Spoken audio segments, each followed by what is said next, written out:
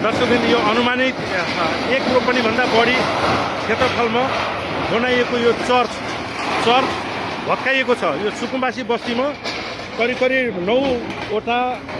9वटा जति चर्च रहेछ। त्यसमध्ये यो चाहिँ 1 रोपनी भन्दा कम देखिँदैन। यति ठुलो कम्पाउन्डमा बनाएको यो विशाल चर्च 2-2वटा डोजर लगाएर भत्काइएको छ साथीहरू। यो हेर्न सक्नुहुन्छ।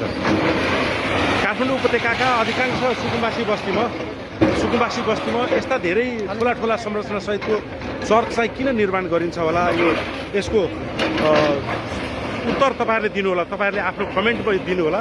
यहाँ विशाल चर्च बनाइएको थियो जसलाई चाहिँ भर्खरै ठुला डोजर लगाएर बालेन सरकारले भत्काएको छ र असली सुकुम्बासीलाई न्याय दिलाउने बालेनको कदममा यो एउटा धेरै ठुला संरचना भर्खरै यहाँ ढालेको छ।